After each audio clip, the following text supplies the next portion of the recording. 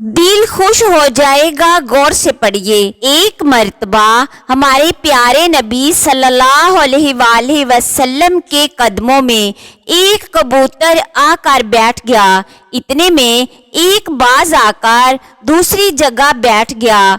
कबूतर ने अर्ज किया, या रसूलल्लाह सल्लल्लाहु अलैहि वसल्लम, ये बाज मुझे खाना चाहता है, मेरे छोटे छोटे बच्चे हैं।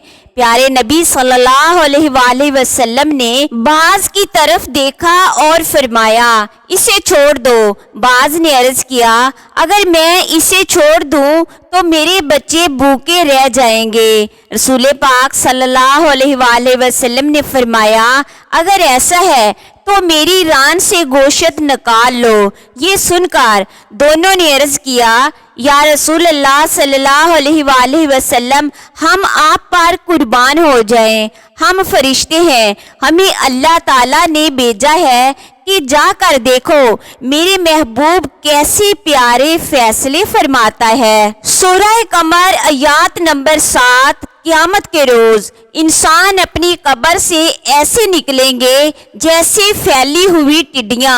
अल्लाह ताला ने इंसान के दोबारा उठाए जाने की मिसाल किसी और मखलूक के बजाय टिड्डी से क्यों की? आज की मॉडर्न साइंस के मुताबिक टिड्डियां जमीन के अंदर अंडे देती है। ये अंडे खामोशी से वक्त गुजरते गुजरते फिर अचानक जमीन फटती है और हजारों टिड्डियां बाहर निकलकर आसमान पर छा जाती है। इन टिड्डियों का झंड खतरनाक होता है। ये जहां से गुजरता है फसलें बर्बाद कर देता है। 1400 साल पहले जब जमीन में झांकने का कोई आला मौजूद नहीं था, तब कुरान मजीद ने इस पोशीदा निजाम को इंसान के हशर के दिन से जोड़ दिया था। जिस तरह टिड्डियां जमीन फाड़ कर बाहर आती है, वैसे ही हजरत इसराफील अलैहिस्सलाम जब सूर फूंकेंगे तो इंसान ऐसे ही कब्र फाड़ कर अल्लाह ताला के हजूर पेश होंगे। आज लोग आखिरत की जवाबदेही को अफसाना समझते हैं, इग्नोर करते हैं, दुनिया की रंगीनी में खो चुके हैं। उनके लिए इस अकीदे में नसीहत है, जिसने उस कायनात की तख्लीक की है उसके लिए जमीन फाड़ कर इंसान को दोबारा निकालना नहायत आसान है। हजूर नबी करीम सल्लल्लाहु अलैहि वसल्लम ने फरमाया, मैं खूब जानता हूँ कि दज्जाल के साथ क्या होगा।